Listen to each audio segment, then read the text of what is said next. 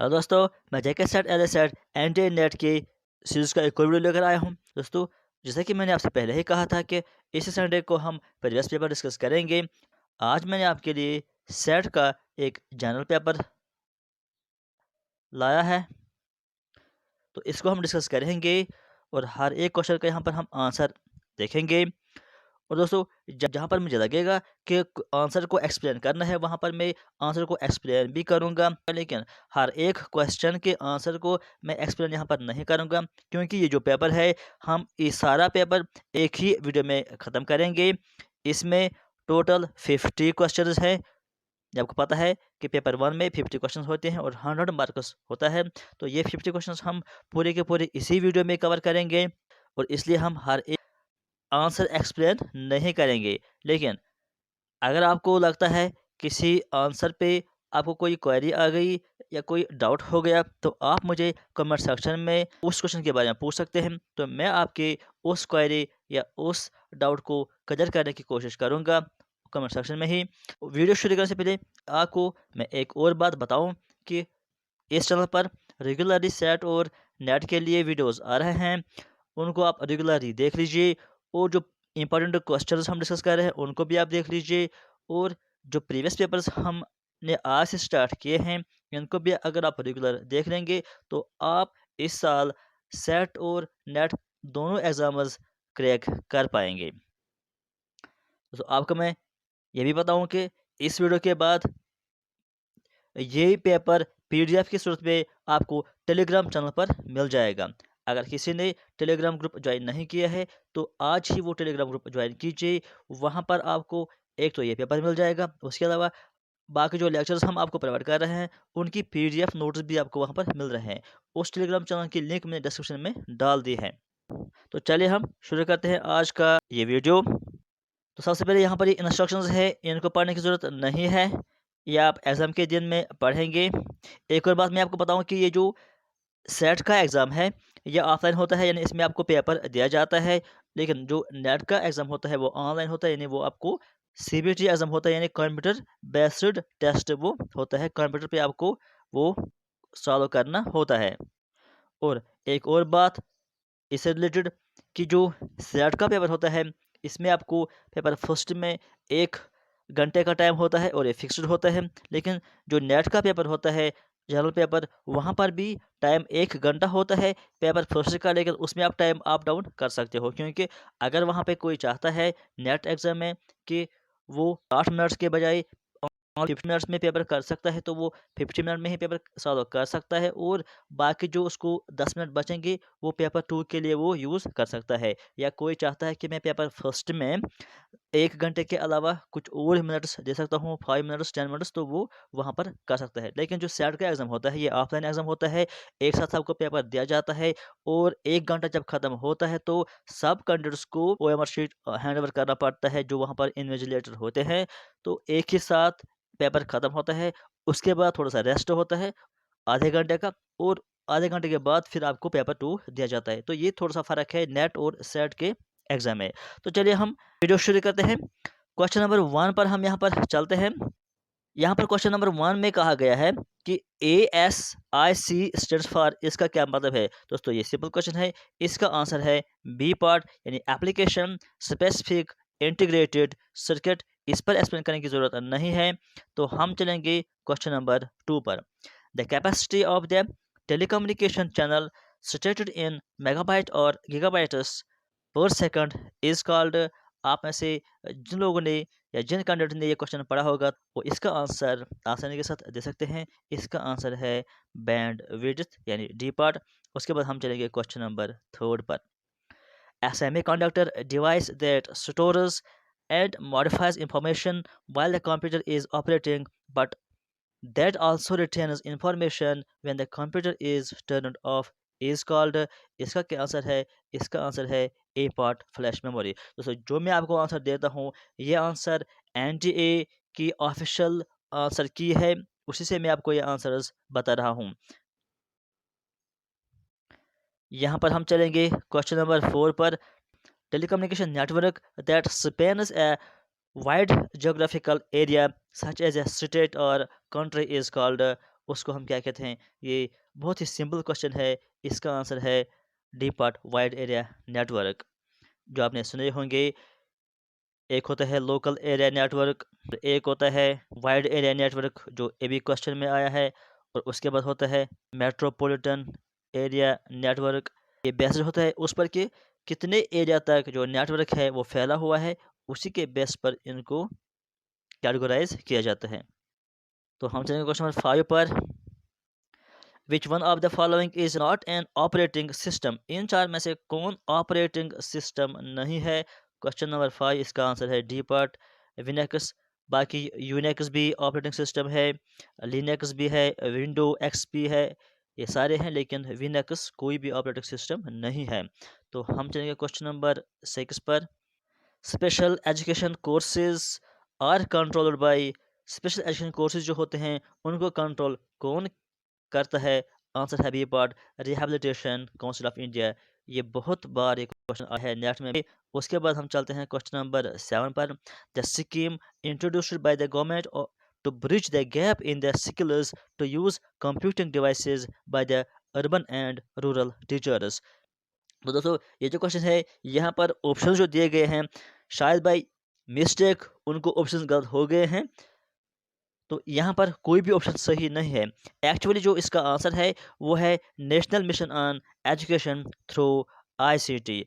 अगर आप देखेंगे, एनएम का मतलब है कि नेशनल मिशन, लेकिन फिर आई पहले नहीं होना चाहिए। अगर ये ऑप्शन आप देखेंगे, नेशनल मिशन ऑन एजुकेशन यानी एनएमई सही है, लेकिन उसके बाद अगर होता आईसीटी, यहाँ पर लिखा है सीआईटी, यानी एक्चुअली इसका जो आंसर है नेशनल मिशन ऑन एजुकेशन और थ्रू आईसीटी, यानी ये इसका सही ऑप्शन है। यहाँ पर उन्होंने लिखा है सीआईटी, एक्चुअली होना चाहिए था आईसीटी, तो इसका कोई भी ऑप्शन सही नहीं है।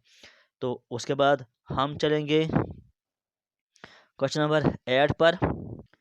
ज्ञान विज्ञान विमुक्ताई इज द मोटो ऑफ, ये किसका मोटिव है। इसका आंसर है डी पार्ट यानी यूजीसी, याद रखिए। उसके बाद जो क्वेश्चन नंबर 9 है। Name the women's empowerment programme initiated by the central government in the year 1918। जो प्रोग्राम्स है इनको आप याद रखिए, इन पर भी क्वेश्चंस आते हैं कि कौन सा ऐसा प्रोग्राम है जो कि वुमेन्स एम्पावरमेंट के लिए सेंट्रल गवर्नमेंट ने इनिशिएट किया था। यहाँ पर डेट भी दिया हुआ है कि 1989 में वो प्रोग्राम आया था। इसका आंसर आप कीजिए। इसका आंसर है बी पार्ट, महिला समख्या। तो इसके बाद हम चलते हैं क्वेश्चन नंबर 10 पर। ये रहा हमारे पास question number 10। Match the following, आपको मैच करना है ये वाला कॉलम और ये जो यहाँ पर है, इनको आप मैच करेंगे। कोशिश करूँगा कि ये सारा क्वेश्चन एक साथ आ जाए। हाँ, यहाँ पे आ गया है। ये पूरा क्वेश्चन एक साथ यहाँ पे आ गया है, आप इसको देख लीजिए। ए पार्ट में है सम पित्रोदा कमेटी, दूसरा है गनम कमेटी, और तीसरी है यशपाल कमेटी, और चौथी है शर्मा कमेटी। यहाँ से जो ऑप्शन है CHER है, 1500 यूनिवर्सिटीज़ है, ISER है, NCHER है। तो आपको बताना है कि कौन सा इनमें से सही है, यहाँ पर जो ऑप्शंस दिए हुए हैं। तो आप उनको मैच कीजिए और आंसर कीजिए। इसका मैं आपको आंसर बताता हूँ। इसका आंसर है ए पार्ट। तो इसके बाद हम चलते हैं क्वेश्चन नंबर 11 पर। Which one of the following is important when a teacher communicates with students? जब टीचर स्टूडेंट के साथ कम्युनिकेट करता है तो इन चार में से कौन सा इम्पोर्टेंट है। इसका आंसर है बी पार्ट, एम्पैथी होना ज़रूरी है। तो हम चलते हैं क्वेश्चन नंबर 12 पर। Which is the most efficient method of teaching. Teaching का कौन सा मोस्ट एफिशिएंट मेथड है इन चार में से।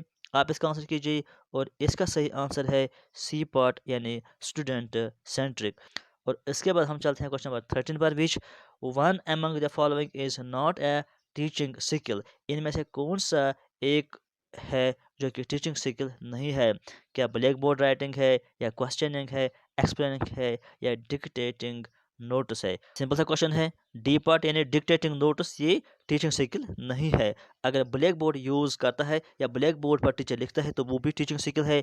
अगर वो क्वेश्चनिंग करता है स्टूडेंट से तो वो भी टीचिंग स्किल है। अगर उनको एक्सप्लेन करता है किसी चीज़ के बारे में तो वो भी टीचिंग स्किल है। लेकिन अगर उनको वो नोट्स डिक्टेट करता है तो वो टीचिंग सर्कल में नहीं आता है। तो उसके बाद हम चलते हैं क्वेश्चन नंबर 14 पर।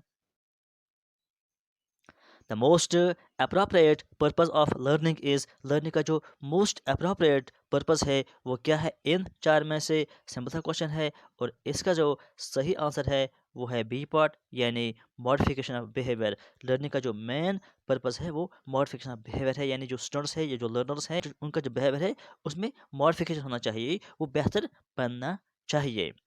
उसके बाद हम चलते हैं क्वेश्चन नंबर 15 पर। A teacher is said to be fluent in asking question if he can ask, teacher को हम कहते हैं कि वो फ्लुएंट है क्वेश्चन आस्किंग में अगर वो करता है, क्या वो करता है? मीनिंगफुल क्वेश्चंस या as many questions as possible, maximum number of questions in a fixed time या many meaningful questions in a fixed time. आपको क्या लगता है कि इनमें से कौन सा ऑप्शन इसका सही हो सकता है? सिंपल सी बात है कि मैनी मीनिंगफुल क्वेश्चंस होना चाहिए इन अ फिक्स्ड टाइम। उसके बाद यहाँ पर आपसे कहा जाता है कि एक पैसेज है, इसको पढ़िए। 16 to 20 जो क्वेश्चंस हैं वो इसी पर बेस्ड है। दोस्तों यहाँ पर हम इस पैसेज को सॉल्व नहीं करेंगे क्योंकि ये पूरा पैसेज एक ही बार स्क्रीन पर नहीं आता है, तो आपको पढ़ने में भी प्रॉब्लम हो जाएगी और क्वेश्चन पर हम जाएंगे और फिर बार बार बैक करना पड़ेगा हमको, तो इसमें बहुत सारा टाइम हमको वेस्ट हो जाएगा। लेकिन मैंने पहले ही आपको कहा कि मैं इस पेपर को टेलीग्राम चैनल पर डाल दूंगा, तो वहाँ पर आपके सामने ये पेपर होगा, तो आप वहाँ पर उसको अच्छे से सॉल्व कर पाएंगे इस पैसेज को। तो यहाँ पर हम इस वीडियो में ये 5 क्वेश्चन स्किप करेंगे क्योंकि इससे हमारा टाइम बहुत ज़्यादा वेस्ट हो जाएगा। एक ही स्क्रीन पर ये पूरा पैसेज नहीं आएगा, ये बहुत बड़ा पैसेज है, फिर भी मैं आपको एक बार इसको दिखाऊंगा। तो यह है इसका एक पेज और बाकी हिस्सा इसको यहाँ पर है, आप देख लीजिए एक बार।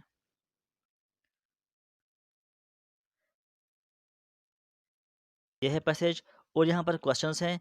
आप जो यहाँ पर क्वेश्चन नंबर 21 से आगे हैं, 21 से लेकर 25 तक, ये क्वेश्चंस बेस्ड हैं डीआई पर, यानी जिसको हम डेटा इंटरप्रिटेशन भी बोलते हैं। तो इनको हम यहाँ पर देखेंगे। ये यहाँ पर टेबल है। Stage of breast cancer at diagnosis, distribution in USA और डिस्ट्रीब्यूशन इन इंडिया, ये परसेंटेज के हिसाब से इनको डिस्ट्रीब्यूट किया गया है कि स्टेज जो 0 स्टेज है 16% इन यूएसए में है, 0% इन इंडिया में। जो फर्स्ट स्टेज है वो 40% इन यूएसए और 1% है इंडिया में। सेकंड स्टेज जो है 34% USA, 23% in India. Third stage वाले 6% यूएसए और 52% इंडिया। और फोर्थ स्टेज वाले जो है 4% यूएसए में है और 24% इंडिया में है। तो ये है आपके पास डेटा। अब इसी पर बेस्ड क्वेश्चंस हमको करने हैं। यहाँ पर देख लीजिए total number of cancer cases in female जो है यानी इंडिया में 2012 में जो केसेस थे वो इतने थे। यहाँ पर उन्होंने टोटल इसको दिया हुआ है क्योंकि परसेंटेज इसी पर बेस्ड होता है टोटल पर, तो इसलिए यहाँ पर टोटल उन्होंने पहले से ही दिया हुआ है। तो हम यहाँ पर क्वेश्चन देखेंगे। क्वेश्चन आप देख लीजिए।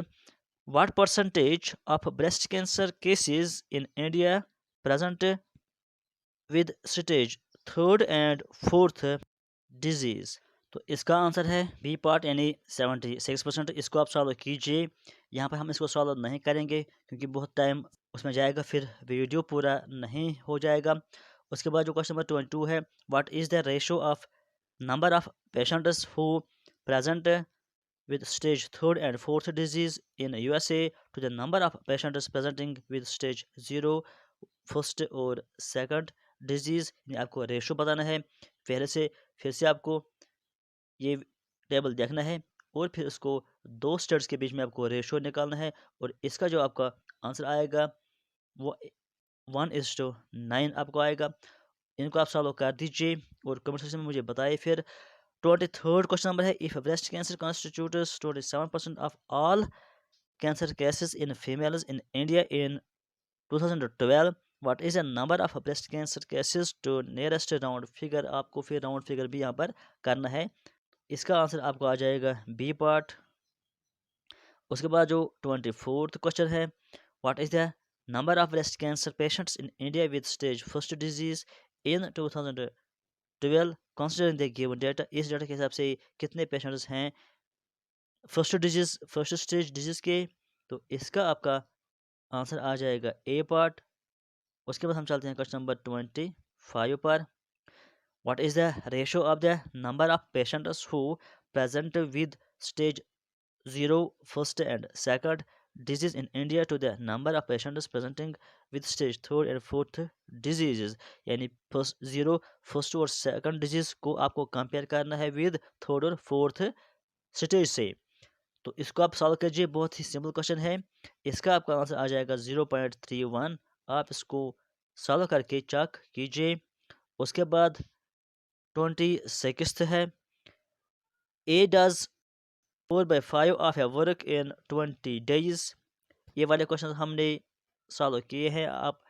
आप इसके बेसिस पर वीडियो देख लीजिए, time and work question already इस पर प्लेलिस्ट में आपको मिलेगा। यहाँ पर कहता है कि ए जो है वो 4/5 ऑफ ए वर्क करता है 20 days में। ही देन कॉल्स बी, उसके बाद उसने बी को भी बुलाया है और दोनों ने मिलकर काम करना स्टार्ट किया है। और जो रिमेनिंग काम था वो उन्होंने 3 days में कंप्लीट किया है। How long B alone would take to do the whole work. अगर सिर्फ बी उस काम को कर देता तो कितने दिन में वो उसको कंप्लीट कर देता। तो यहाँ पर मैं आपको इसका आंसर बताऊंगा। तो इसका आंसर आ जाएगा 37 और हाफ डे इसका आंसर आएगा। तो उसके बाद हम चलेंगे 27 पर।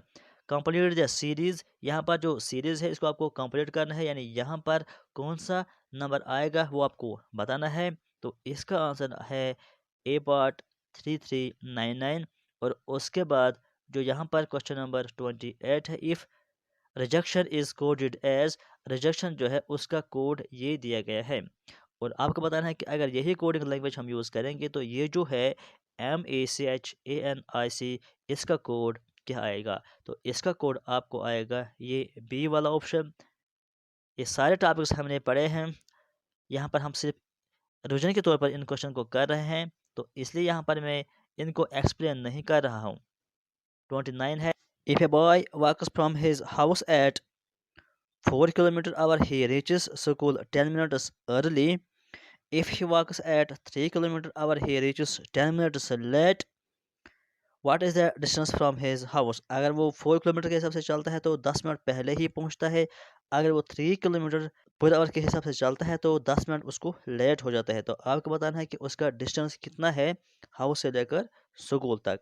तो इसका आंसर आ जाएगा आपका बी पार्ट, यानी 4 किलोमीटर। उसके बाद जो क्वेश्चन नंबर 30 है, if A is money to B is money is 4:5, यानी इनका रेशो जो है मोनी का वो है 4:5। और बी इज़ मोनी टू सी, और बी और सी के बीच में जो मोनी है वो 2:3 है।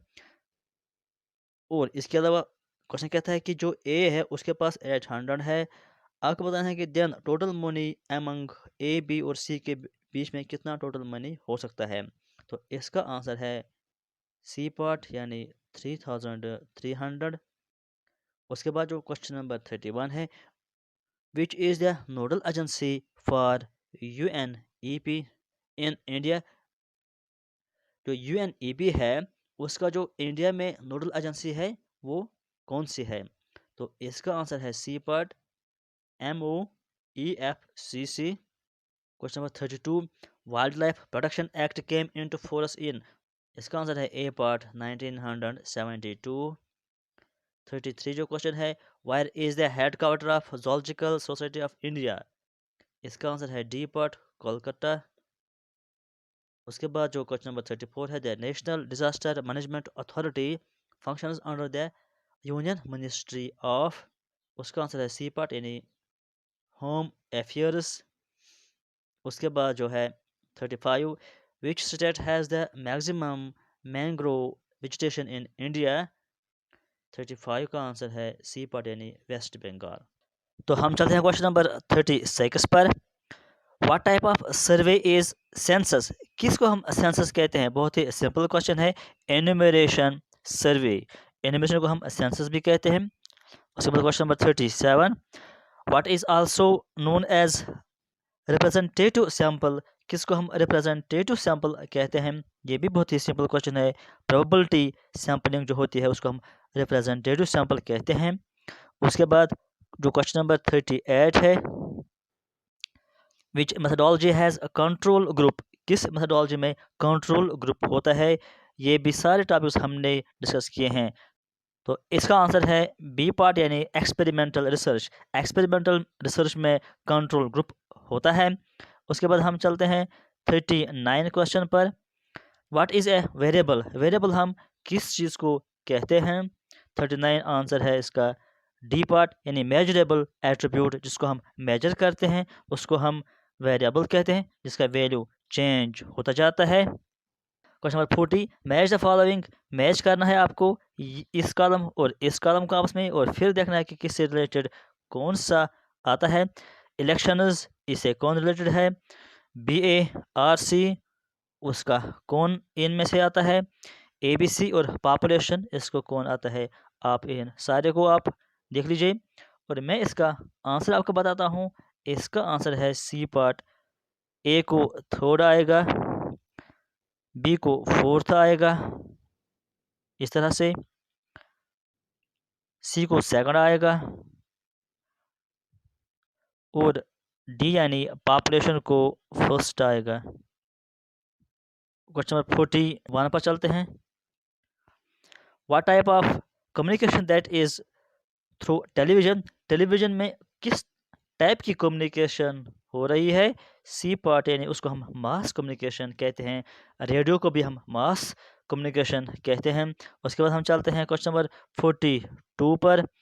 What is the geographical reach of community radio, community radio जो होता है उसका जियोग्राफिकल रीच कितना होता है, कितने किलोमीटर तक वो जाता है?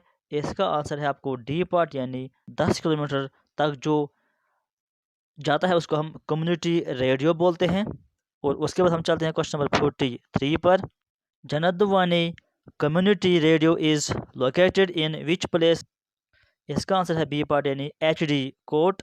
उसके बाद क्वेश्चन नंबर 44, हु एस्टेब्लिश्ड सेवा गुजरात, SEVA, किसने एस्टेब्लिश किया था इसको? इसके बाद question number 45, match the following, आपको ये मैच करना है। यहाँ से एक कॉलम है और ये एक कॉलम है। Advertising, TV, mass media, radio, new media. यहाँ से magic multipliers, idea merchants, Arab spring, babysitter, little media, इनको आप मैच कीजिए और देखिए कि किसको कौन आता है। मैं आपको इसका आंसर बताता हूँ। जो ये 45 क्वेश्चन है इसका आंसर बी पार्ट है, यानी ए पार्ट को सेकंड आएगा, यानी एडवर्टाइजिंग को आइडिया मर्चेंट्स कहते हैं, और जो बी पार्ट है उसको फोर्थ आएगा, यानी TV को बेबी सिटर कहते हैं, और जो सी है सी को फर्स्ट आएगा, यानी मास मीडिया को मैजिक मल्टीप्लेयर्स कहते हैं, और जो डी है यानी रेडियो उसको फिफ्थ आएगा, यानी लिटिल मीडिया, और जो ई है उसको थर्ड आएगा, न्यू मीडिया को अरब स्प्रिंग कहते हैं, यानी ये इसका सही आंसर हो जाएगा। तो ये था क्वेश्चन नंबर 45। अब चलते हैं क्वेश्चन नंबर 46 पर। The question below is followed by to arguments, नीचे दो आर्ग्यूमेंट्स दिए हुए हैं, आर्ग्यूमेंट फर्स्ट और argument second. Decide which of the arguments is strong and which is weak, आपको बताना है कि कौन उनमें स्ट्रॉन्ग और कौन उनमें वीक है। स्टेटमेंट यहाँ पर दिया हुआ है पहले, और उसके बाद आर्ग्यूमेंट्स होंगे। पहले हम स्टेटमेंट पढ़ेंगे। Should there be a ban on product advertising, क्या एडवर्टाइजिंग पर बैन होना चाहिए, एक स्टेटमेंट है। तो यहाँ पर दो आर्ग्यूमेंट्स बयान किए गए हैं, आपको बताना है कि इनमें से कौन स्ट्रॉन्ग है और कौन वीक है। पहला कहता है yes the money spend on advertising is huge and it inflates the cost of the product, कहता है कि जो एडवर्टाइजिंग पर मनी खर्च होता है वो कॉस्ट बहुत बढ़ जाता है। दूसरा आर्गुमेंट कहता है कि नहीं, it is an age of advertising, आजकल जो एज है ये एडवर्टाइजिंग की एज है। Unless your advertising is better than that of your competitors the product will not sell, अगर आप एडवर्टाइज सही नहीं करेंगे तो आपका जो प्रोडक्ट है वो सही नहीं बिकेगा। तो दो यहाँ पर आर्गुमेंट्स है, दोनों दो अलग अलग राय है, यानी एक ने कहा कि एडवर्टाइज पर बैन लगाना चाहिए, एक ने कहा कि एडवर्टाइज पर बैन नहीं लगाना चाहिए, एडवर्टाइजिंग बहुत ज़रूरी है। आपको पता है कि इनमें से कौन सा आर्गुमेंट वीक है और कौन स्ट्रांग है। गलत सही तो हम किसी को नहीं कहते हैं, वीक स्ट्रांग यहाँ पर कह सकते हैं। क्या ओनली फर्स्ट स्ट्रांग है या ओनली सेकंड स्ट्रांग है या नाइदर फर्स्ट और नाइदर सेकंड या बोथ आर्गुमेंट स्ट्रांग है। तो इसका आंसर आप बता दीजिए। इसका आंसर है ए पार्ट, यानी only the argument first is strong, सिर्फ फर्स्ट आर्गुमेंट ही स्ट्रांग है। यानी the money spend on advertising जो है, एडवर्टाइजिंग जो पैसा खर्च होता है उससे इन्फ्लेशन होता है, यानी उससे कॉस्ट पर बहुत ज़्यादा असर पड़ता है और उसी से प्राइस में भी बहुत ज़्यादा इंक्रीज होता है। तो यही ज़्यादा बेहतर लॉजिक है, तो उस हिसाब से यही ज़्यादा स्ट्रांग होगा। उसके बाद हम चलते हैं क्वेश्चन नंबर 47 पर। In the following question statement is followed by two assumptions, statement पहले होगा उसके बाद दो assumptions होंगे। An assumption is something supposed or taken from granted. Consider the statement the following assumptions and decode which of the following assumptions is implicit in the statement। जो पहले statement दिया हुआ है और उसके बाद एजप्शंस दो दिए हुए हैं, आपको बताना है कि इस स्टेटमेंट से कौन सी वाली एजप्शन फॉलो होती है और कौन सी एजप्शन फॉलो नहीं होती है। तो पहले हम स्टेटमेंट पढ़ेंगे। It glitters so it is gold, ये स्टेटमेंट है। तो यहाँ पर ये दो एजप्शंस दी हुई हैं। पहले एजप्शन है all that glitters is gold, पहली स्टेटमेंट है। दूसरा है glittering things are not gold. तो आपको बताना है यहाँ पर कि कौन सा इनमें से फॉलो होता है जो यहाँ पर स्टेटमेंट दिया हुआ है। It glitters so it is gold. तो इसका जो है ए पार्ट सही आंसर, यानी only assumption first is implicit, सिर्फ पहली स्टेटमेंट पहली एजप्शन इससे निकल के आती है, क्योंकि जो यहाँ पर it glitters so it is gold, इससे सिर्फ ये वाली एजप्शन इम्प्लिसिट होती है, यानी all that glitters is gold. क्योंकि अगर हम दूसरी स्टेटमेंट देखेंगे गिल्टरिंग थिंग्स आर नॉट गोल्ड, तो ये इसे फॉलो नहीं होता है, क्योंकि यहाँ पर ये पॉजिटिव स्टेटमेंट है, तो एजप्शन भी यहाँ पर पॉजिटिव ही होगा। तो उसके बाद हम चलेंगे क्वेश्चन नंबर 48 पर। कंसीडर द फॉलोइंग स्टेटमेंट्स, यहाँ पर ये चार स्टेटमेंट्स हैं, आप इनको पहले कंसीडर कीजिए। ऑल कंट्रीज आर कॉन्टिनेंट्स, दूसरा है सम कंट्रीज आर ओशंस, और थर्ड है नो ओशन इज ए सी, और फोर्थ है ऑल सीज आर कॉन्टिनेंट्स। इनको आप वेन डायग्राम के जरिए सॉल्व कर दोगे। तो यहाँ पर क्या कहा है, which of the following influences can be drawn from the above statement, in statement से हम कौन सी कंक्लूजन या कौन सा स्टेटमेंट फॉलो कर सकते हैं इन चार में से। तो जब आप इसको वेन डायग्राम बनाएंगे और इसको सॉल्व करेंगे, तो इसका जो आंसर आएगा वो आपको आएगा सी पार्ट, यानी सम ओशंस आर कॉन्टिनेंट्स। इसको वेन डायग्राम के जरिए सॉल्व कर दीजिए। अगर किसी को कोई प्रॉब्लम आ रही है सॉल्व करने में, तो वो मुझे कमेंट सेक्शन में बताएगा, तो मैं उसको कमेंट सेक्शन में इसका पूरा एक्सप्लेन कर दूंगा। तो हम चलेंगे यहाँ पर क्वेश्चन नंबर 49 पर। Choose the pair of words which show the same relationship as given below. यहाँ पर जो दो वर्ड्स दिए हुए हैं, ट्री सैपलिंग, ट्री सैपलिंग यहाँ पर कॉम्बिनेशन बनाई गई है। तो यहाँ पर कौन सी कॉम्बिनेशन बनेगी अगर हम सेम कॉम्बिनेशन सेम रूल इस्तेमाल करेंगे, यानी सेम प्रोसेस इस्तेमाल करेंगे, तो उसके हिसाब से यहाँ पर आंसर आएगा हॉर्स फॉल। यानी सैपलिंग जब हम छोटा सा प्लांट लगा देते हैं उसको हम बोलते हैं सैपलिंग, और वो जब बड़ा होता है तो उसको ट्री बनता है। इस तरह से जो हार्स होता है, हार्स का बच्चा जो होता है उसको हम बोलते हैं फॉल, जब वो फॉल बड़ा होता है तो उसको वो फिर हार्स बन जाता है। तो उसके बाद जो है question number 50, M the four terms marked A to D.